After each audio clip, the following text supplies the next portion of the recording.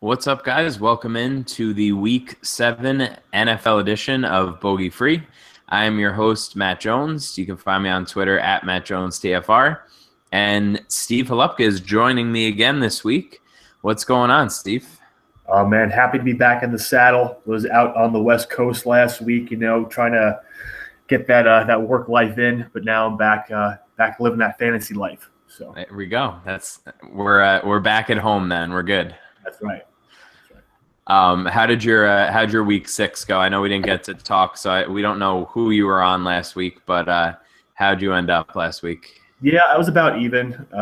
Cash was a little bit better than my GPPs, but all in all, an even week. It's we come back and we start to grind it again for week 7. Yeah, there you go. I had a similar result. I was pretty much even. Really been hitting my cash lineups pretty much every week. It's just been up and down with some GPPs here and there, but hopefully we can nail something a little bit bigger this week, one of us. So speaking of, well, I guess it's not really a GPP, but our little 30-man. Our little 30-man, it felt like a GPP when I won it a couple weeks ago. So there you go. I'll take it. But we had a first-time winner this past week.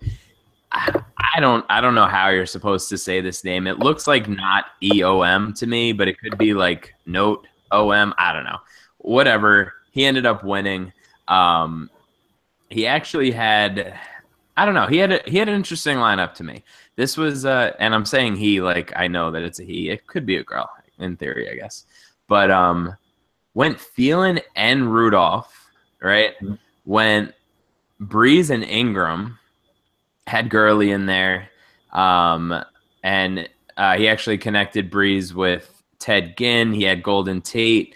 He had Fitz. So it was kind of, I don't know, it was kind of all over the place, right? I mean, he ended up scoring 183, but I mean, if you would have shown me that lineup Sunday morning, I don't know how I would have felt about it. Like, what are your thoughts there? Yeah, I mean, he really kind of, or they were able to get, all the targets in the Minnesota passing game. We knew that Stephon Diggs wasn't playing, so you figured the vast majority of the work's going to go to Rudolph and Thielen. Got a little lucky with the Ravens D, playing Chicago. Got those 2 defensive scores, which are huge. I mean, kind of a disappointing effort from Breeze, but paired them with the right receiver in Ted Ginn, who had a really nice game.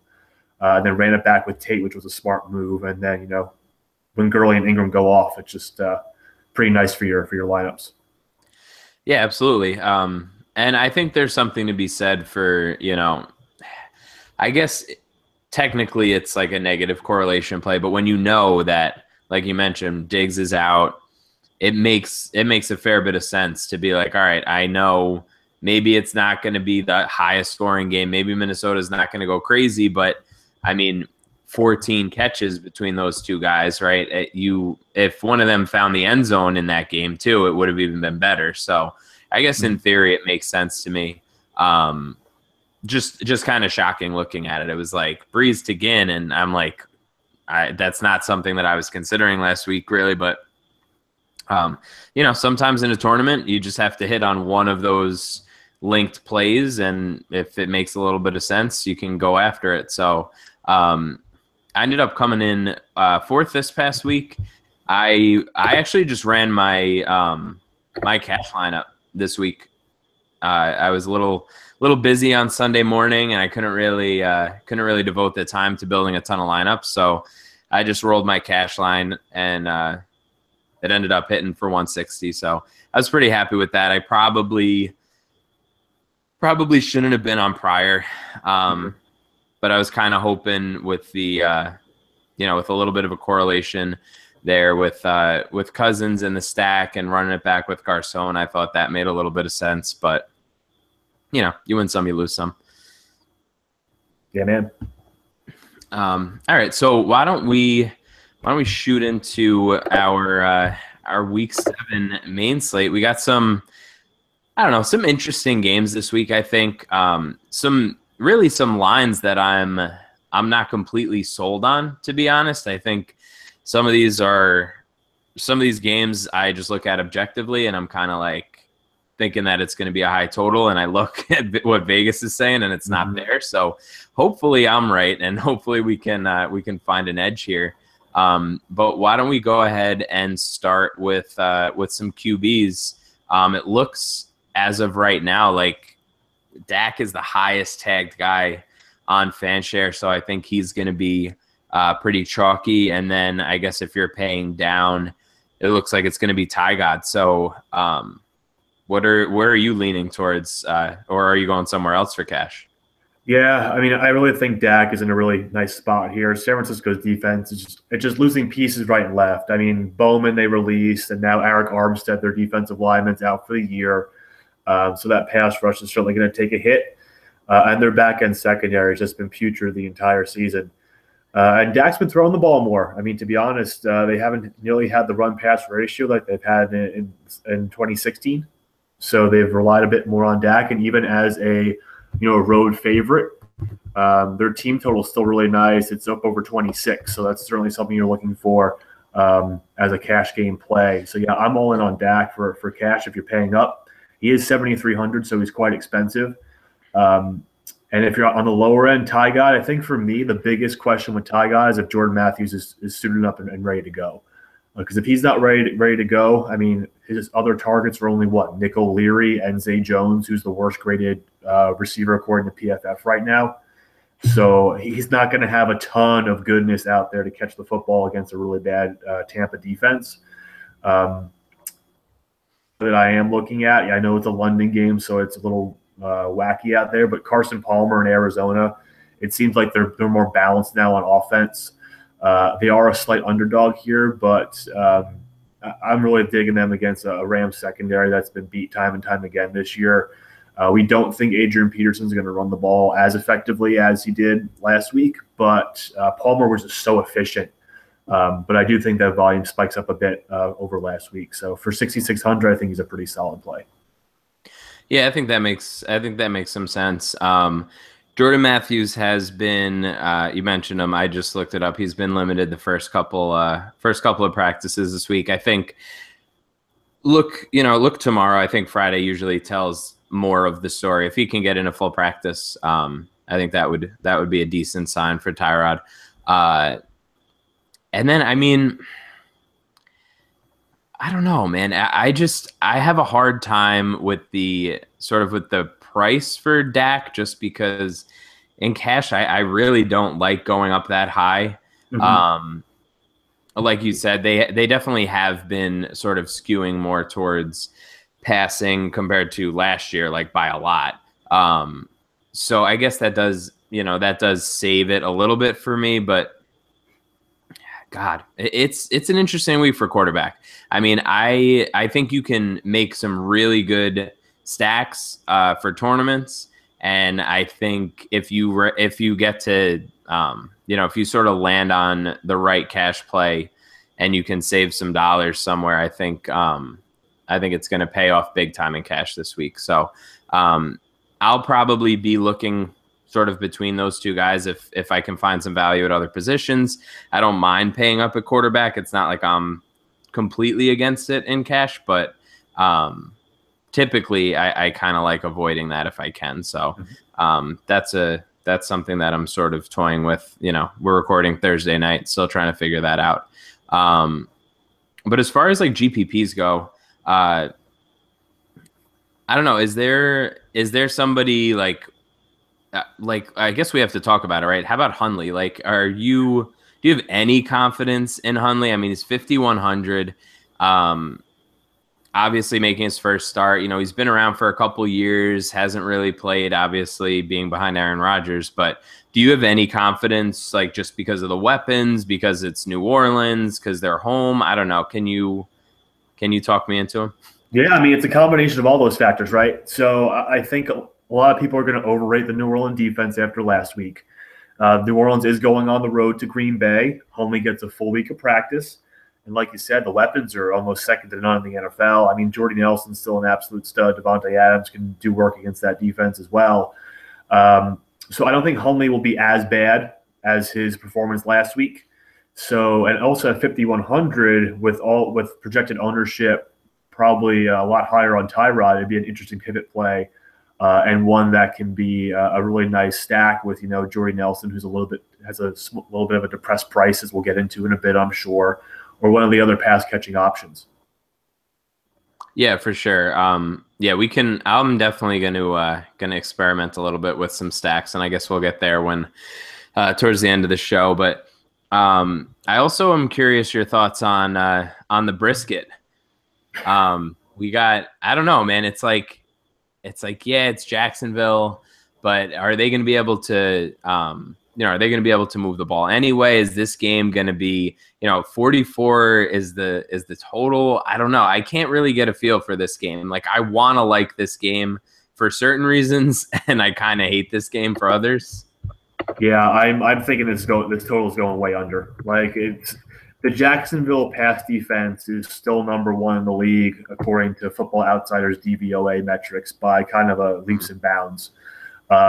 I don't want to attack this pass defense at all. So I am kind of all out on Jacoby Brissett.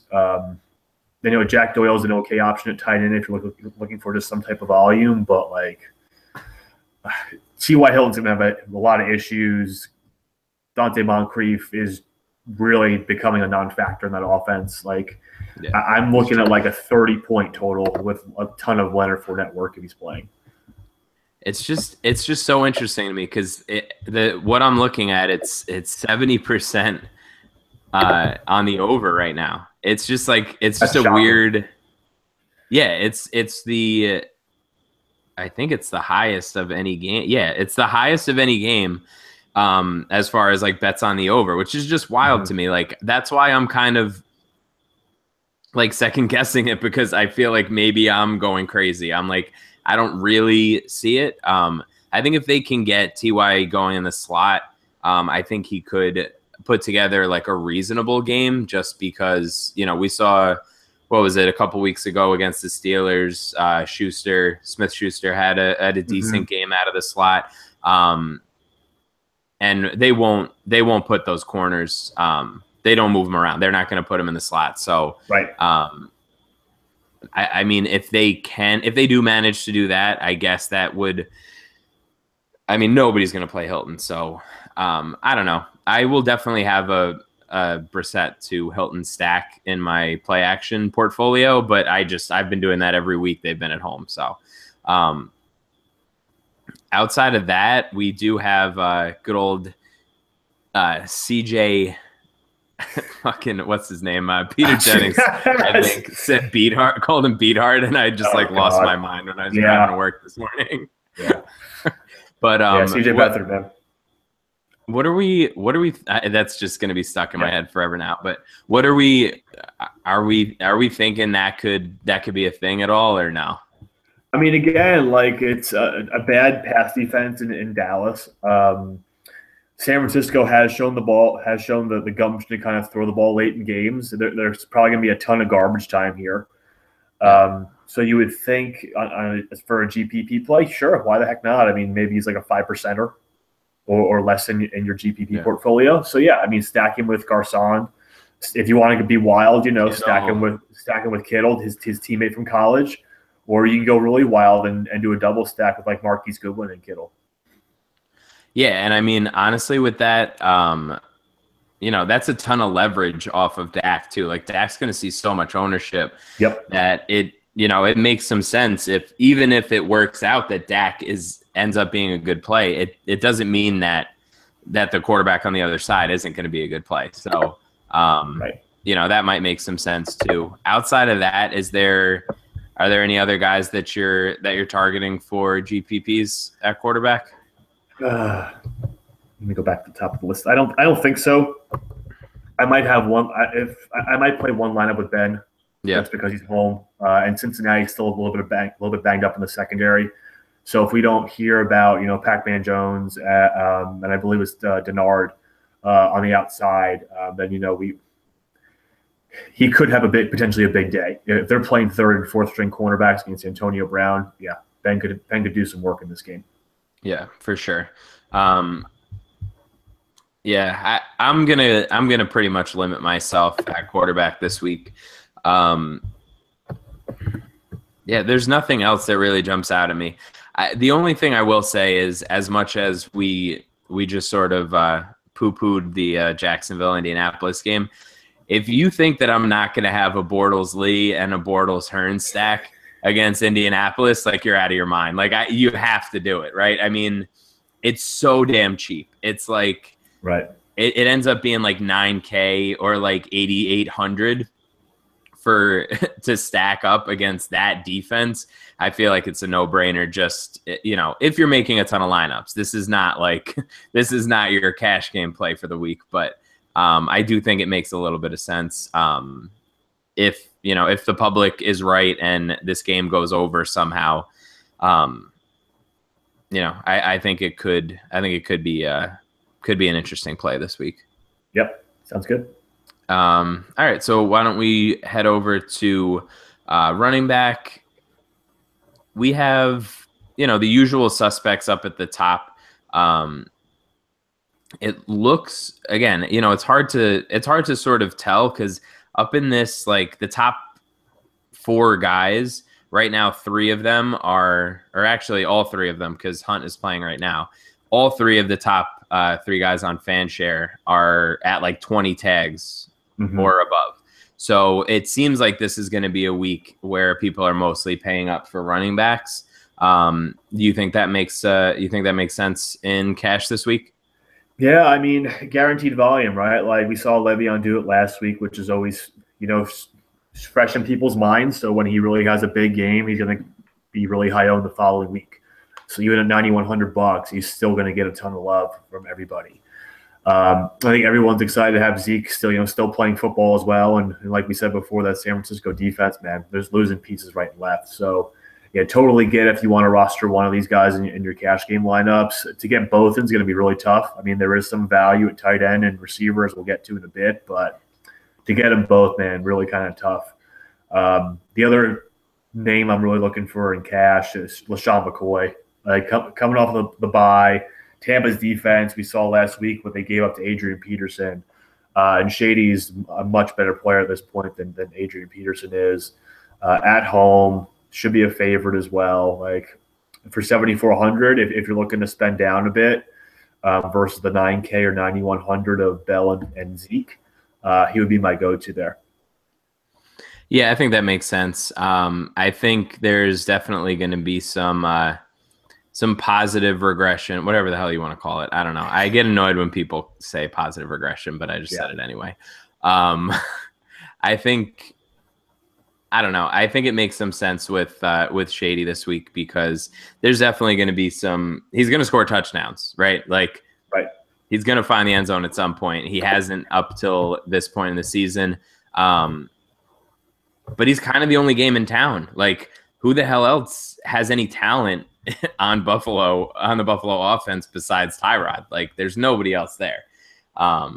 So I guess we'll see how that shakes out. I do sort of resent your comment about Zeke because I'm not happy because I was able to pick up McFadden and Alf in my big league, and now it's all for naught. So I am not happy about this nonsense. Just got to hold them a week or two, man, and you'll be for sure. Don't worry. Yeah. Until the next injunction of whatever you can call it. Yeah, the injunction of the temporary restraining orders, injunction on the first restraining. It's just like you have to be a lawyer to like watch ESPN right now when you hear this. So brutal. Yeah. And then outside of that, I would like to hear your thoughts. Just sort of as we keep going down, because I'm having a hard time really finding value that I really like. I mean, I like Kamara quite a bit this week. I'd like to hear your thoughts on him. I think he's going to be, I don't know how popular he's going to be, especially if people are going to gravitate towards Ingram after last week. But I don't know. I think it makes a lot of sense. I think if you can tell yourself the story that Green Bay is going to still be okay on offense and this game's going to go a little high, I think that Kamara could get involved a little bit more this week. You have any love for Alvin or no?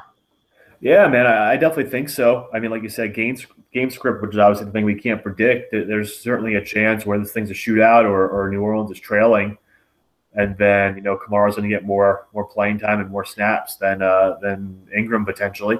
Obviously New Orleans was nursing a lead, and Ingram got a ton of work last week, which we don't expect him to see 25 carries again. Right. So yeah, I think for 56, if we're looking for that mid-priced option, then yeah, I think Kamara is a good play. And then depending if DeMarco Murray plays or not, right below him at 5,500, you got Derrick Henry, who will be pretty chalky, I think, if DeMarco Murray doesn't play for Tennessee. Oh yeah, for sure. That's a smash, man. I mean, if Murray's not playing, that's a hell of a spot. Yeah. What about McKinnon with this like giant price jump? And he had such a great game last week, obviously, but really, really big price jump. But I don't know. I don't feel great about a 6,300 Jerick McKinnon. What about you? Yeah, totally agree. Like he's had 2 good games in a row, so the price jump is certainly warranted. But the Baltimore Ravens might be getting back Dan Williams in the middle, which should be a big deterrent for folks running the football against them. So I'm not a huge fan of Jerick McKinnon this week. Was all over him last week, if at all possible, in any spot I possibly could on DK. But yeah, this week, man, with the low total, even though they're a home favorite, I think it's going to be more of an even split between him and Murray this week, to be honest. Yeah, I think that will be how it shakes out. I don't know if that's the best play for. I don't really like that game at all, honestly. No, I mean, why? Maybe you could talk yourself into Rudolph, but Diggs got in a limited practice today, I think. So the story was he suited up for practice but didn't do anything. Yeah. So like he just kind of stood on the sidelines this week, or today at least. All right. So we both practiced as much as each other today, but right, exactly. All right. Well, at least he put on his put on the uniform, his little shirt, right? He put on his purple shirt. So congratulations. There you go. Yep. Anybody else really jumping out to you? I mean, is there somebody that we can really like dumpster dive for this week? I know, last time we spoke, you had so much Cleveland love, but I don't think you're going back to the Crowell well. No, not the Crowell. If I'm playing a Cleveland back, it's going to be Duke in this spot. You think maybe the big dogs right now, even at home, you'd expect to have some goodness there from Duke Johnson at 4,900. But yeah, I mean, anything under that, it's looking real thin. I mean, did you have any plays for like 4K and less? I can't talk myself into anything down here. I mean, I just keep scrolling. I mean, I guess in some world, I might have like a lineup with Orleans Darkwa. We're both Giants fans. Yeah, we're both Giants fans, and like that was the best case scenario of Orleans Darkwa ever. Yeah, last week. Yeah. Which bugs me because it's just like, I don't know. I know he's not really going to be like popular, obviously, and it's gonna actually like hurt my soul if he manages to go off and I don't have him anywhere. You know what I mean? Like it'll just be too much because obviously I watch Red Zone when the Giants aren't on, but I watch the Giants. Like right. Yep. So I don't know. That'll be interesting to say the least. What do we got? Another long touchdown for Alex. Bomb. Jesus. Tip ball. Yeah, tip ball that was caught by Albert Wilson, ran like 80 yards. I'm just watching the golf from South Korea, and it's live right now. So I'm just getting my ESPN alerts. I'm just there. You go. Completely degen on this golf shit. But so yeah, well, I mean, one more name that we'll bring up, back to the the indie game. It's like total shot in the dark, 5% or less in your GPP lineups. Marlon Mack, he's been so explosive, and with Robert Turbin going down for the year, you would think they might give Mack some more touches over old man Frank Gore, at least split them more evenly. Mack's very explosive, and the Jacksonville run defense is still almost the bottom in the league. They're 31st right now in DVOA. Yeah. For Football Outsiders. So Matt can break a run or two or catch a short screen and break it off. So he could be a nice 5% play in your GPP lineups. And then I guess before we move on to wide receivers, do want to mention Powell is back, fully practiced today, right? It looks like he's going to be active this week.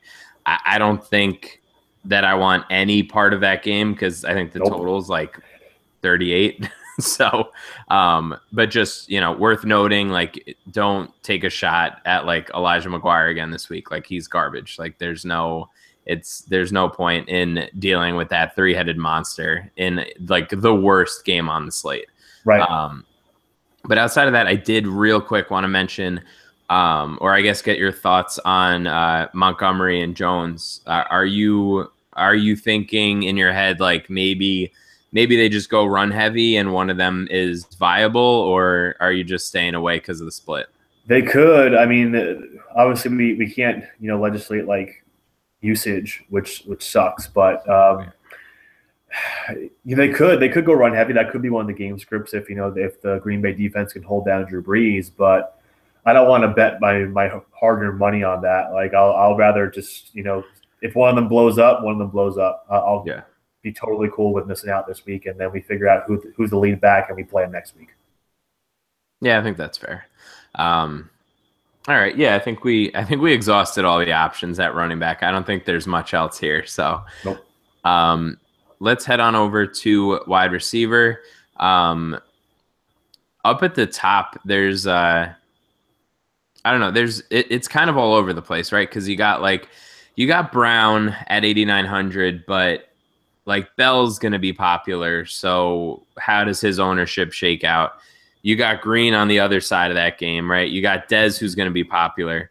You got Evans, who, I don't know. Do you have a feel for if Winston's going to be able to play? Because it seems like it's very much in the air still. Yeah, I mean, it's up in the air, but the thing is, Ryan Fitzpatrick just chucked it to Mike Evans the vast majority of that game when he came in. So I think it's not that bad of a spot for Evans this week, and Buffalo actually has been giving up production to number one receivers. Right. So if you're looking to save a few bucks, if you threw Bell in your lineup, if you threw Shady in your lineup, you could run it back with Evans. I wouldn't have an issue with that at all. And then you have Thomas off a dud, right? And Fitzgerald on a pretty big price jump, right? What was he 58? Or was that 2 weeks ago that he was 5,800? I don't know. I feel like I don't think we've seen him at 7K this year, have we? With Fitz? I don't think so. Not yet. So he's trending up in price. Obviously, he's been he had an okay stretch here, but I don't know. Do you feel confident in Fitz at all this week? Confident in Carson Palmer, which I guess leads me to be confident in Larry Fitzgerald too, as the de facto number one there. The Rams defense, I think, is a bit overrated after their hot start. So I think he could have another pretty solid, 8 to 9 catch week in him, especially with this higher total for the week at 47.5. So for 7,300, I personally would rather pay up for Michael Thomas against Green Bay in that putrid secondary, but I think Fitz could be a decent play. I'm not opposed to Larry Fitzgerald this week. Yeah, I think that's kind of where I'm at too. I think that this, like I said, this range is just a little, I don't know, it's a little shaky for me right now. I'm still trying to get I want to have conviction if I'm paying this price for a wide receiver, and I just don't feel like I 100% have it with any of these guys yet, especially in tournaments. Like I think Dez is going to be pretty popular. So I don't know. I think I might just play some Zeke in tournaments and try to get some leverage off of Dak and Dez. And I don't know. Outside of that, like we mentioned, Diggs, like fake practice today, whatever the hell you want to call it. So, but even if he plays, I think Thielen makes a ton of sense anyway. Because he's just getting volume. Like even when Diggs is around, he's still, I think I heard somebody say, I think he's the only wide receiver with at least 5 catches in every game this year, which is, that counts for something on DraftKings with PPR points. So Right. I don't think he's going to be like a complete world beater this week, but with the matchup, but I do think that he makes some sense. And you have Landry right there too, who's going to get a ton of targets. As much as that game is gross, I mean, he's going to get volume still. But then I think I have a feeling that you want to tell me about Jordy and why I should play him instead. Yeah, I mean, it's still the New Orleans defense, and they're still on the road. Like, again, we can't over-exaggerate their performance last week against a banged-up Matt Stafford. Like, Jordy Nelson still, his touchdown equities almost second to none in the NFL. Total touchdown maker, number one target, especially around the red zone, end zone for a guy like Brett Hundley. So for 68 for a depressed price, I'd be looking at him. I mean, cash it might be a bit risky just because you don't know how bad Brett Hundley's going to be. But you know what? I think he was probably going to be in at least 50% of my GPP lineups. Wow. All right. That's interesting. I don't know. This whole week, as I've been looking through, I've just sort of been thinking that I'm just going to pick the lowest owned out of those three, and I think it's going to end up being Cobb. That's kind of where I'm leaning right now, but it wouldn't shock me if I turn on red zone and I see Jordy catch 2 touchdowns. Like it's not gonna be too much of a shock to me. Right. So I think getting that right, if you do have one of those guys in your lineup, getting the Green Bay wide receivers right is going to lead to quite a bit of points this week. Yep. Outside of that, are there any sort of like cheap guys that you're looking at for cash? I have one in mind. I have one that's like super dirt cheap. That's probably pretty gross, but could be in the cash lineup. Benny Fowler, man. Like filling in for Emmanuel Sanders. He's super cheap this week. I think it's $3,500. You expect him to get a bunch of volume with Sanders out, was the de facto number 2 wide receiver for Denver, playing against a Chargers team who's not very good on defense right now. So if you're looking at like a really cheap option, sorry, $3,300. So if you're looking at a really cheap option, if you want to fit in both Zeke and Bell or Dez and Bell, something like that into your cash game lineup, I think he's a good option to get you some guaranteed volume with a safer floor. Yeah, for sure. And his ownership is going to be, is going to be up there. I think if people are going to try to pay up for 2 of those running backs, and you have a guy at 3,300 who, I mean, he's seen some targets this year before Sanders wasn't going to play anyway, right? I think he's had a couple of touchdowns this year. Mm-hmm. He's seen action anyway, and now without him, I don't see why you wouldn't just lock him into your cash lineup and just pay up, differentiate, figure out how you want to construct your lineup after that. But I think that makes quite a bit of sense. I would love to hear your thoughts on Decker this week too. He had in a good spot now, right? He had a pretty good game this past week, but it's kind of hard to get there. But I don't know. What are your thoughts on Decker? Yeah, I mean, I like Decker. I like a lot of the pass-catching options this week for Tennessee. Cleveland's pass defense is gross. We'll call it gross without really going too much more negative than that. I mean, both he and Matthews, I think, are really good plays. So I'm a fan of both of them. At 4,300, again, Decker's a good value. And right around him, there's a couple other names that, jump out as well. I mean, Kenny Stills for 4,400 if Devontae Parker's not playing. I think it's more of a GPP play because that game could potentially be really gross. Marquise Lee should see a bunch of volume against Indy. In that Indy secondary, even Vontae Davis are just terrible this year. But yeah, if you're in that range, I think Decker's a pretty solid option. Yeah, that's kind of what I'm thinking too, even though it doesn't feel great. All right, I'm gonna go a little off here, but go for it, man. I don't know. I'm just having flashbacks to last year. I forget what week it was exactly, but everyone and their grandma was on Tavon Austin, and Kenny Britt went off. Do you remember that week last year? I can't Yeah. remember the game. I can't remember exactly what the game was or anything, but I specifically remember having multiple arguments with my friend when we were like talking about building lineups and stuff. And I was like, I don't know, man. I'm not feeling Austin, whatever. So Robert Woods has 21 tags right now on FanShare. Like he's 8th in tags overall for any position.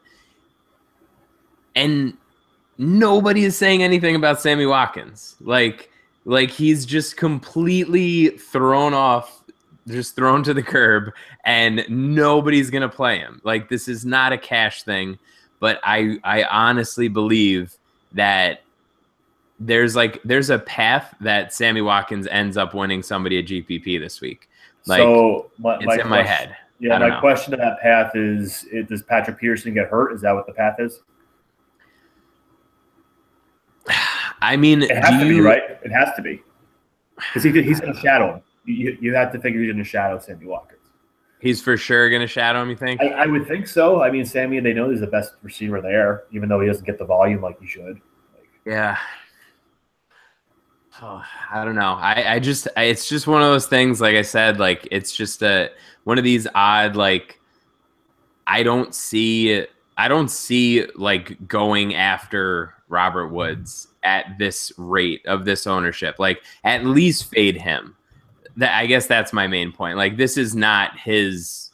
I don't know. I just don't like Robert Woods this week. So I'm just thinking his ownership gets out of control if you throw Watkins into one lineup and he gets away and catches one ball at 4,400. Like his talent. This is what I'm thinking too. Like when a guy like that talented is at that price, I'm like, I don't care what the matchup is. I don't care what else is going on.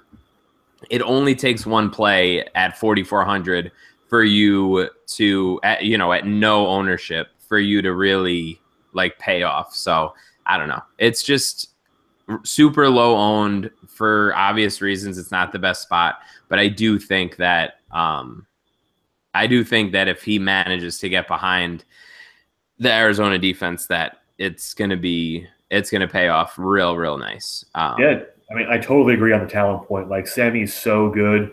We saw in a couple of his deep targets, like that over-the-shoulder catch I think he made in week 3 or 4 was just dope. Like right. He's so good, and you're right about the depressed price. It's just a matter of him being able to beat Patrick Peterson once. Yeah. Yeah, I mean, like I said, it's really more of, I don't know, if anybody like, subscribes for Fantasy Labs or anything, and you play around with any of their trends and sort of go like just the amount that his salary has dropped. And maybe this week helps, right? Maybe he does nothing again this week and his next game is the best spot. You know what I mean? Like maybe he stays at this price because Peterson does shut him down. But I really, if his price is like this, in even like a neutral matchup, I think that he just makes a ton of sense. Like what was he up at like 59? He was close to 6K a few weeks ago. Yep. And he's at 4,400 now. Even if he has a little bit of a dud this week, I think his price stays down and you can see what happens. But just a complete flyer, like nothing crazy, nothing cash, nothing above like one lineup, but I think it's worth a shot at least. And I mentioned Lee and Hearns before. I'm definitely going to have slight exposure to them. Is there anybody else that you think we missed at wide receiver? I mean, volume wise, Demaryius Thomas should see a ton of targets at 5,800 against the Chargers. We talked about Pierre Garçon on the backside at 5,800 also, on the backside of that Dallas game. Again, should see a ton of volume. Double-digit targets are well within his realm of possibility. Everything else, man, it's like 2 or 3% GPP plays. Like I'm not really on the Teggen bandwagon again. Willie Snead hasn't shown me anything yet on the Green Bay matchup. One guy that you may want to play again is Juju. Just because, again, he is seeing the field a lot. He's getting more time than Martavis Bryant. And again, that Cincinnati secondary is a bit beat up. So if you're looking for some leverage over owners of Bell and Brown, that may be one way to do it. Yeah, that makes sense. And I think if Fowler's ownership gets out of control, you're absolutely right. Like Thomas is going to make quite a bit of sense, especially in tournaments, just as leverage off of that. So with tight ends this week, man, it's like, who the hell cares? Like, honestly, it's like, okay, great. We have no Gronk, no Kelsey, no Ertz on the main slate, right? Like, it's gross. It's all just crapshoots. Like Delaney Walker's at 5,800, and as much as it's a great matchup, it's like, I don't know, 5,800 for him. And it's, what are you doing with the rest of your lineup, I guess, is the issue. Right. You definitely need to find a little bit of value elsewhere. I think it's obviously worth it because Cleveland is just god awful, like horrific against the tight end. But I mean, 5,800, you got to find the salary somewhere to save up for him. So outside of that, I mean, you have ASJ, who might have been like the worst call against him last week in the history of the NFL with that alleged fumble. But then once you get past there, I think there's a couple of decent punt plays down here. Is there anybody jumping out to you? Yeah, I mean lower, like really low. I'm looking Nick O'Leary at 3,100 against the Bucs. Like I'm going to target that Bucs pass defense whenever I possibly can because they're just so damn bad at this point. Go for 36 is intriguing. He's not too bad. He's seen a bunch of targets. He's up around 6 or 8 targets a game for San Francisco. And again, we talked So we talked about like his connection with CJ Beathard as well. Yeah. So that on the low end, I'm kind of digging. Then also we're really starting to see the emergence of Hunter Henry as the tight end for the Chargers. And Denver really has given up a ton of production to tight ends as well, especially after what Evan Ingram did to them last week. So that'd be my kind of mid-price guy at 4,200. Yeah, that makes sense. I think I'm probably going to gravitate towards Kittle. Again, it's a real gross game, but I mean, do you have any interest in Ben Watson based on just like the health of Baltimore's other pass catchers or anything, or it's just something you don't give a shit about? I'm totally off Baltimore. Like that Baltimore. Okay. That's fair. Like, yeah, the only thing in season long, like I'm stashing Alex Collins on my bench in season long. That's about it. Yeah. I just dropped him, unfortunately, this past week. Oh, brutal, dude. Yeah. It's been a rough going season long. That's why I've been devoting so much energy to DFS. It was just like, oh, cool. I got the first overall pick, like in all my leagues this year. Let me get David Johnson in every league. So brutal. That worked out really great for me. So, yep. Yeah. Other than that, I'm not getting cute at tight end. I'll pay down for those guys that we talked about and move on with my life. I can't get too excited about anybody else, especially with none of the real like top echelon guys. Outside of that, defense, anybody really that you're jumping out at that's jumping out to you, or Bucs and Vikings, man? Sorry, Bills and Vikings. Yeah, Bills. Yeah. Especially if Fitzpatrick's playing, like turnover machine Ryan Fitzpatrick. Yeah, give me a lot of that. And it's just one of those things where I don't know. I'm trying to figure out how the hell to like pick defenses because it seems like it's just so random. Like I know it's always random, but it seems especially odd this year so far. I think there's just been some like really wild stuff that if you happen to land on, obviously it pays off pretty damn well. But it's just, I don't know. It's just so tough. Like I can't, even when I look back and think like, where in my process did I like not land on this team? I'm still like, no, what I did made sense. and the game just didn't make sense, right? Yep. Yeah, so I'm just sort of taking shots all over the place. I think all the real cheap defenses, it seems, are kind of in like gross spots. But like there's a ton in the middle, like you said. Like I really like the Vikings.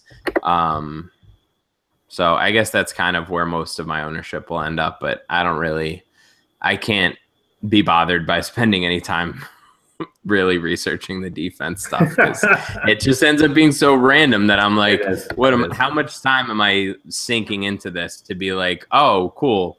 You know, the Saints scored like 7 defensive touchdowns last week. Like everybody saw that, so it's fine. Yeah, like give me a home defense that's playing against a team and a quarterback that turns the ball over. So like that's my thought. Yep. So just a sneaky GPP defense. Indianapolis Colts against pretty points. Exactly. And then as we head over to stacks, I think we've hit on a couple so far, like some low owned stuff that I really like. Would be like the Bortles to one of his guys. I'll have Brissett to Hilton. I'll definitely have Hundley to Cobb, and those are all like reasonably cheap. You know, like not a ton of paying up. Dak to Dez is gonna make a lot of people's lineups. For like quarterback, wide receiver, quarterback, tight end, are there any stacks that you're really feeling this week? Yeah, I mean, we could go Ty God with J Matt if he's playing. I think that's a really cheap one. It should be about $9K. Really nice cheap play for you. Other than those for low owned plays, I feel like I hate to say like Jared Goff and Sammy Watkins, but you're kind of talking me into like some lineup of Jared Goff and Sammy Watkins. That's how you beat the Cardinals. You beat the Cardinals through the air. It's just a matter of which receiver you pick out, and a lot of people are picking Robert Woods. Yeah. You know. Yeah, and then I mean, I think there's a couple of running back defense stacks that make some sense. I think as much as Dallas isn't the best defense, obviously, I think that's a decent correlation if you're going to tell yourself that, you know, Beathard is going to struggle in his first start. I guess that makes some sense. You could kind of go that route with Fournette and the Jags D also if you think that Indy's not gonna perform particularly well. But other than that, like what's the game that you want to stack up? Stacking games this week, man. Part of me wants to play a lot of that Dallas San Francisco game. I think it's really, potentially shoot out. Yeah. And that was a nice one. I do think somehow the Packers are going to score some points against the Saints. So I think like if you're going on the cheap end, we talk about Hundley and one of the receivers like Cobb, run it back with Kamara, and potentially one of the lower owned Saints receivers as well. Or even Kobe Fleener. Like Kobe Fleener could have a game also. We really didn't talk about him at tight end, but he's got a chance as well to at least score a touchdown. So I think you can run that game back. And that's really what I'm looking at right now. Yeah, I think that makes a lot of sense. I think really something that I'm focusing in on just to get a little like theory to end the show here.